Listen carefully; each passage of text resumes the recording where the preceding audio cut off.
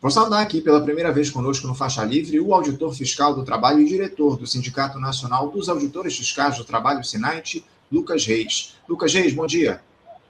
Bom dia a todos os ouvintes. É um prazer estar aqui, um prazer poder compartilhar um pouco com o canal, com a audiência, um pouco do que a gente faz, um pouco da atividade do auditor fiscal do trabalho e um pouco sobre o combate ao trabalho escravo no Brasil nas últimas 3 décadas. Muito obrigado pelo convite e a gente está aqui para contribuir. Eu que agradeço muito a tua presença. O SINAIT é um parceiro histórico nosso aqui do Faixa Livre, sempre dialogamos com vocês do Sindicato dos Auditores Fiscais do Trabalho para falar um pouco sobre muitos temas. E hoje, mais especificamente, a gente quer repercutir o dia de ontem, né? Ontem a gente lembrou os 28 anos de um dos mais simbólicos ataques aos trabalhadores do serviço público no nosso país, viu, Lucas? A chacina de Unai. Todo ano a gente relembra aqui, quando auditores fiscais do trabalho, o Eratóstenes de Almeida Gonçalves, o João Batista Soares Lages, o Nelson José da Silva e o motorista Ailton Pereira de Oliveira foram assassinados a serviço do Ministério do Trabalho e Emprego, quando estavam a serviço do Ministério do Trabalho e Emprego. E houve ontem mais um ato, no 28 de janeiro, para lembrar esse crime bárbaro, os 22 anos da chacina de Unai, com o ato Não Esqueceremos, realizado em frente ao Ministério do Trabalho e Emprego, lá na Esplanada dos Ministérios, em Brasília. Esse evento contou com a presença de diretores do SINAIT, dirigentes sindicais, de entidades parceiras, enfim, autoridades. Na data foram lembrados ainda o Dia do Auditor Fiscal do Trabalho, que foi instituído justamente em homenagem às vítimas dessa chacina, e também a Semana Nacional de Combate ao Trabalho Escravo, que é outro assunto que a gente vai debater daqui a pouquinho aqui no programa. Antes, Lucas, já são 22 anos, mas a dor das famílias permanece. O que é que a chacina de Unai representa para os auditores fiscais do trabalho hoje, Lucas? A chacina de Unai é um evento marcante, tanto para os auditores fiscais do trabalho, quanto para o Serviço Público Federal como um todo, né? No dia 28 de janeiro de 2004, como já foi dito na sua apresentação, 3 auditores fiscais do trabalho e um motorista do Ministério do Trabalho foram brutalmente assassinados durante uma fiscalização de trabalho rural, e esse dia um dia uma ferida aberta, uma chaga aberta para os auditores fiscais de trabalho e também para o Estado brasileiro. O assassinato desses auditores fiscais de trabalho representou também uma violação e um ataque frontal aos direitos dos trabalhadores e ao serviço público, ao Estado brasileiro. É o Estado brasileiro que foi violentado a partir do assassinato desses trabalhadores, desses auditores fiscais de trabalho, que estavam no exercício de suas funções. Então, é tão marcante essa data para os auditores fiscais de trabalho e para o Serviço Público Federal como um todo, que essa data foi instituída como o Dia do Auditor Fiscal do Trabalho, dia 28 de janeiro, o Dia Nacional do Combate ao Trabalho Escravo, também no dia 28 de janeiro, e essa semana toda é considerada a Semana Nacional do Combate ao Trabalho Escravo. Como já foi dito na apresentação, em função dessa data e da importância dessa data, o Sindicato Nacional dos Auditores Fiscais do Trabalho, que é o sindicato do qual eu faço parte da diretoria nacional da DEM, a gente organizou na data de ontem, na Esplanada dos Ministérios, um ato para memorar, para lembrar dessa data, para a gente não deixar esquecer esse dia tão violento, esse dia tão marcante para os auditores fiscais do trabalho e para o Estado brasileiro como um todo, né? Uma violência para os auditores fiscais do trabalho e contra os trabalhadores em geral. Dia marcante, muito simbólico, acima de tudo, para os auditores fiscais de trabalho e para o serviço público, os servidores aqui do nosso país. Agora, Lucas, nesses 22 anos, dá para dizer que justiça foi feita? Os assassinos, os mandantes, os irmãos Mânica foram condenados? Relembra aqui para a gente, por favor, como é que se deu esse processo ao longo desses anos e se a gente, de fato, teve justiça sendo feita? A gente tem aí praticamente, na verdade, mais de 2 décadas, né, de processo judicial e de um processo de vai e vem para que os autores desse crime, os mandantes desse crime, fossem condenados, né? No dia 28 de janeiro de 2004, foi o dia do crime, foi o dia que a fiscalização se deslocava para uma inspeção trabalhista, que é uma inspeção de rotina. Nós, trabalhadores, nós, auditores fiscais do trabalho, faz parte da nossa rotina enquanto servidores públicos federais a fiscalização do trabalho. Talvez seja interessante esclarecer para a audiência o que faz o auditor fiscal do trabalho, né?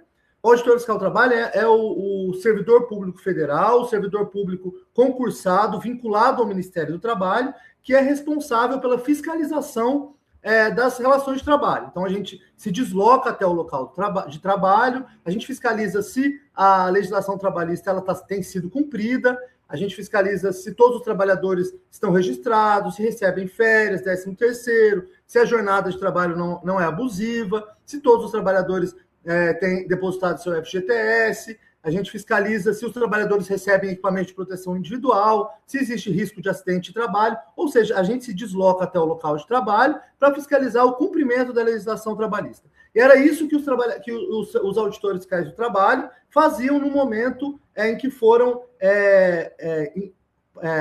pegos numa emboscada e foram brutalmente assassinados nessa data, no dia 28 de janeiro de 2004. Eles já tinham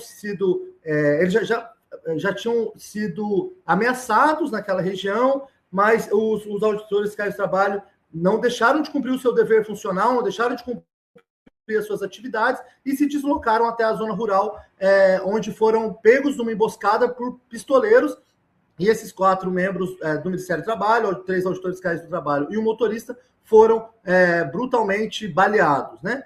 Em 2004, a gente começa a perceber as prisões iniciais. Primeiro, foram julgados os executores do crime. Em 2013, 9 anos depois, os executores foram julgados e condenados. Os mandantes só foram julgados em 2022, ou seja, 18 anos depois da chacina, é que os mandantes foram julgados e condenados. O Antério Mânica, que foi um dos mandantes, ele foi condenado a 64 anos de prisão em 2022. Em 2023, né? Isso há 2 anos atrás, quase 19 anos depois da chacina. Em 2023, o STJ determinou a execução imediata da pena dos condenados, que até então eles recorriam em liberdade. O STJ determinou a execução das penas, e aí a gente identifica três mandantes do crime. O primeiro foi Antério Mânica, que foi condenado a 64 anos de prisão. Ele estava em prisão domiciliar, ele faleceu no ano passado, em 15 de maio de 2024. O segundo condenado foi o Norberto Mânica, o irmão do Antério Mânica, eles são, na verdade, o Antério Mânica e o Norberto Mânica, os principais mandantes. Eles fazem parte de uma família muito influente na região de Unai, na região de Minas Gerais, né?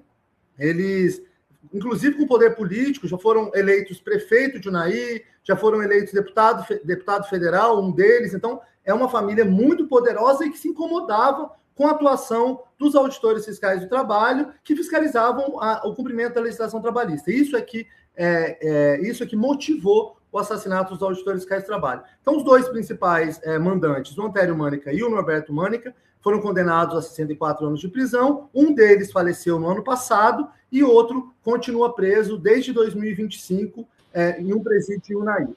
Respondendo a sua pergunta mais objetivamente, se a justiça foi feita, a justiça a gente pode dizer que foi feita, mas uma justiça tardia, uma justiça que demora 20 anos para poder responsabilizar os mandantes desse crime tão brutal contra o Estado brasileiro, contra os trabalhadores brasileiros e que ceifou a vida de 3 colegas auditores fiscais de trabalho. Um crime que demora 2 décadas para que a justiça chegue. A gente precisa refletir para quem a serviço de quem a justiça está. E os poderosos brasileiros, eles estão impunes, eles podem matar, eles podem desrespeitar a legislação trabalhista, podem escravizar trabalhadores, podem impor trabalhadores a situações de violação à sua própria dignidade. Então, a justiça é feita, a gente tem que discutir isso, não sei. Uma justiça que tarda, ela talvez seja uma justiça que falha, né? É isso. Uma justiça que tarda, invariavelmente, ou na maioria dos casos, falha, infelizmente. Lucas, eu queria avançar aqui no nosso papo, porque eu, quando citei ainda há pouco, também lembramos no dia de ontem o dia de combate ao trabalho escravo aqui no nosso país. É um dia fundamental para o Brasil e, infelizmente, essa é uma chaga que permanece aberta até os dias de hoje. Vemos muitos casos de empregadores, entre aspas, levando trabalhadores às condições mais absolutamente desumanas. A gente vê isso, lamentavelmente, em pleno século XXI, ano de 2026. E os auditores fiscais do trabalho têm enormes dificuldades para coibir esse tipo de prática, de fazer as fiscalizações, faltam recursos, falta material humano, isso sem contar as ameaças aí, que são uma realidade, infelizmente, no trabalho de vocês, invariavelmente. Lucas, como é que anda o cenário do trabalho análogo à escravidão no país? Como é que anda o trabalho de vocês? Os números têm mostrado avanços ou retrocessos no que diz respeito ao trabalho escravo? Boa essa pergunta. Primeiro, o principal dado com relação ao trabalho escravo no Brasil, a gente não pode deixar de analisar o número de resgates desde que essa política pública foi implementada de forma mais incisiva pelo Estado brasileiro.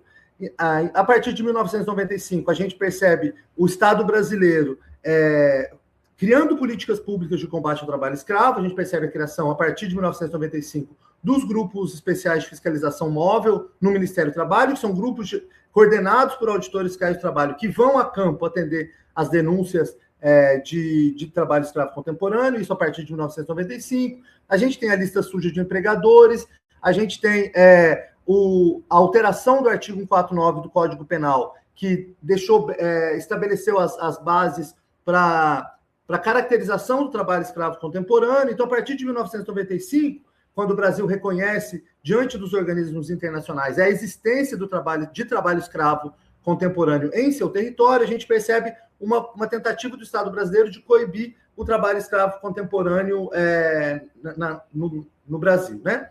E aí um número importante é que a partir de 1995, a gente teve resgatadas o trabalho escravo contemporâneo por essas políticas públicas, 65 mil pessoas. Esse dado é importante, né? 65 mil trabalhadores, desde 1995, foram resgatados de situação de escravidão contemporânea. Esse número é marcante porque 65 mil pessoas é uma população maior do que a maioria das cidades brasileiras, em número de cidades, né? Muitas cidades brasileiras, a maioria delas, não tem 65 mil habitantes. E foram 65 mil pessoas resgatadas da escravidão contemporânea nos últimos 30 anos, né? É um número marcante. Sobre as políticas, os avanços, os retrocessos das políticas de combate ao trabalho escravo, a gente consegue perceber de forma bem marcada um retrocesso muito grande no governo anterior, inclusive com a supressão do Ministério do Trabalho. O Ministério do Trabalho, no governo anterior, foi suprimido, então não existiu o Ministério do Trabalho, a Auditoria Fiscal do Trabalho, os auditores fiscais do trabalho ficaram vinculados ao Ministério da Economia. Então, isso gerou uma questão administrativa, um problema de execução de políticas públicas muito sério, porque os auditores fiscais do trabalho estavam vinculados ao Ministério da Economia, que é um ministério, em tese, patronal, é um ministério onde as empresas se organizam no Brasil, e a Inspeção do Trabalho ficou vinculada a esse ministério. Nos últimos 3 anos, a gente percebe uma retomada das políticas públicas de combate ao trabalho escravo, e um grande avanço foi o concurso para auditor fiscal do trabalho, um concurso feito no interior do CNU, né, junto com o CNU, para a contratação de 900 auditores fiscais do trabalho. A gente já estava há mais de 10 anos sem concurso para a contratação de auditor fiscal do trabalho. A gente estava com 12 anos, para ser mais preciso, sem contratação de nenhum auditor fiscal do trabalho. Então, a gente estava com um déficit de mão de obra e de capacidade de fiscalização gigantesco, que está sendo suprido de alguma forma. A gente não vai solucionar o problema de mão de obra para a fiscalização ainda, mas a gente consegue ter um fôlego para aguentar mais alguns anos. Então, a gente assiste a uma retomada dessas políticas públicas de combate ao trabalho escravo, e a gente assiste, ao mesmo tempo, a um retrocesso também, né? A gente assistiu a uma avocação de competência, no caso da JBS, por exemplo, o Ministério do Trabalho tem avocado a competência do auditor fiscal do trabalho para atuação no combate ao trabalho escravo, interferência da política na lista suja também, a gente tem assistido aos últimos anos, e isso é muito grave. A política do combate ao trabalho escravo nos últimos anos, ela avança e retrocede, E a sociedade brasileira precisa ficar atenta para que o trabalho escravo seja definitivamente erradicado do território brasileiro. Eu queria te questionar justamente a respeito disso que você trouxe na parte final da tua resposta. Como é que o governo Lula tem tratado, primeiro, em relação aos auditores fiscais do trabalho? Há uma valorização dos auditores por parte dessa gestão Lula 3? Como é que vocês dialogam com o governo e como é que vocês veem o trabalho do governo Lula assessorando a auditoria fiscal do trabalho e, principalmente, valorizando os profissionais, os servidores? É importante a gente fazer uma comparação, talvez a gente consiga entender mais a partir de uma comparação entre o governo atual e o governo anterior, para que a análise seja feita de forma um pouco mais precisa, né? Se a gente comparar as políticas públicas de combate ao trabalho escravo do governo atual e do governo anterior, a gente percebe um enorme avanço. A contratação de auditores fiscais do trabalho foi uma conquista do SINAIT, do Sindicato dos Auditores Fiscais do Trabalho, e uma resposta muito positiva do governo. A gente percebe uma interferência na fiscalização um pouco menos incisiva e o governo um pouco mais sensível à atuação do Sindicato Nacional dos Auditores Fiscais do Trabalho e às demandas da classe trabalhadora. Então, se a gente comparar com o governo anterior, a gente tem um avanço que é muito nítido de ser percebido. Mas a gente não pode deixar de pontuar também que, apesar desses avanços, existem interferências na fiscalização que são interferências indevidas, inclusive com violações à convenção da OIT, né? Então, é um governo que é sensível ao diálogo com os sindicatos e com a classe trabalhadora, mas é um governo que precisa ser pressionado para que essas políticas públicas de fato aconteçam e para que a classe trabalhadora seja realmente protegida. Ou seja, é um governo mais sensível às demandas da classe trabalhadora, mas as demandas elas têm que continuar chegando no governo, porque nenhuma conquista da classe trabalhadora nesses últimos 100 anos, né, 100 e poucos anos, talvez em nível internacional, nenhuma conquista da classe trabalhadora caiu do céu. Né? Todos os direitos da classe trabalhadora foram conquistados com muita luta pela classe trabalhadora, inclusive os direitos a intervenção do Estado por meio da Auditoria Fiscal do Trabalho, que faz parte desse conjunto de direitos que a classe trabalhadora conquistou nos últimos 100 anos. Então, nenhum desses direitos caiu do céu, nenhum governo, nenhum Estado deu de mão beijada esses direitos, e a gente vai continuar se mobilizando para impor ao Estado a responsabilidade do cumprimento da legislação trabalhista. Então, é um governo mais sensível que o governo anterior, mas as interferências na fiscalização do trabalho, especialmente a vocação de competência da Auditoria Fiscal do Trabalho, as interferências na lista suja, são interferências que ainda continuam no governo Lula, porque é um governo que ainda tem uma relação muito estreita com o setor patronal brasileiro, e isso impacta na fiscalização do trabalho. Eu queria falar justamente a respeito disso para a gente fechar o nosso papo, viu, Lucas? Repercutir essas intervenções que são feitas pelo governo Lula na lista suja. O governo tem atuado aí para o combate análogo ao trabalho ao trabalho análogo à escravidão, quando mantém fora dessa chamada lista suja empresas que são acusadas de explorar trabalhadores. É o caso, por exemplo, da JBS, mas não só. Empresas ali que têm algum tipo de ligação com a cúpula do Palácio Planalto, seguem fora dessa lista suja. Eu queria que você falasse um pouco sobre essa atuação da gestão Lula, como é que os auditores fiscais veem esse tipo de iniciativa, mantendo empresas fora da lista suja, como é que isso influencia o trabalho de vocês? Enfim, é um serviço para o país, não? É ótima essa pergunta, e o caso da JBS é um caso emblemático, é um caso muito recente, que é importante a gente jogar luz sobre ele, né? A JBS, os ouvintes devem conhecer, uma das empresas mais ricas do Brasil, e a JBS foi responsabilizada por trabalho escravo a partir de uma fiscalização dos auditores fiscais do trabalho, e como de praxe, como natural, a JBS deveria fazer parte da lista suja de empregadores, que é uma relação publicada de empregadores que submetem trabalhadores à condição de escravidão contemporânea, publicada pelo Ministério do Trabalho.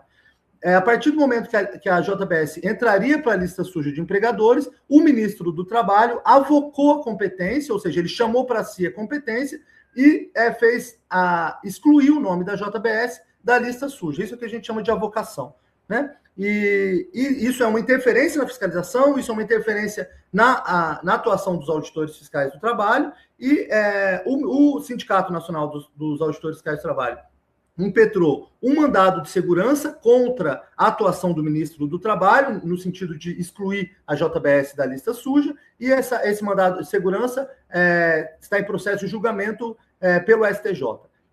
E aí o que a gente tem a dizer é isso, é uma violação às convenções do OIT, né, principalmente a Convenção 81 do OIT. A Convenção 81 do OIT trata sobre a atuação dos auditores fiscais do trabalho e da inspeção do trabalho em todos os países membros do OIT. E o Brasil, como um país membro do OIT, um dos países fundadores do OIT, tem a obrigação de respeitar a Convenção 81 do OIT e tem a obrigação de não interferir nas inspeções dos auditores fiscais do trabalho. E, desrespeitando a Convenção 81 do OIT, o Ministério do Trabalho atuou no sentido de avocar a competência dos auditores fiscais do trabalho pelo ministro do Trabalho e excluir a JBS da lista suja, e o que representa também uma violação aos direitos dos trabalhadores e uma interferência ilegítima, irregular do Estado brasileiro, do Ministério do Trabalho, na atuação dos auditores fiscais do trabalho. Nesse sentido, o Sindicato dos Auditores Fiscais do Trabalho impetrou esse mandado de segurança contra a atuação do ministro do Trabalho, no sentido de interferir na atuação dos auditores fiscais do trabalho. E já houve julgamento desse mandado de segurança? Como é que é o processo? E outra, como é que esse tipo de avocação por parte do ministro do Trabalho, do Luiz Marinho, como é que isso afeta o trabalho de vocês quando uma empresa que comete violações em relação a essa questão da lista suja, quando uma empresa ela quando ela não é colocada nessa lista suja por uma interferência vinda de cima, vinda por parte do ministro? Como é que isso afeta o trabalho de vocês, auditores fiscais? Importante que a gente se depara no cotidiano da nossa fiscalização, né?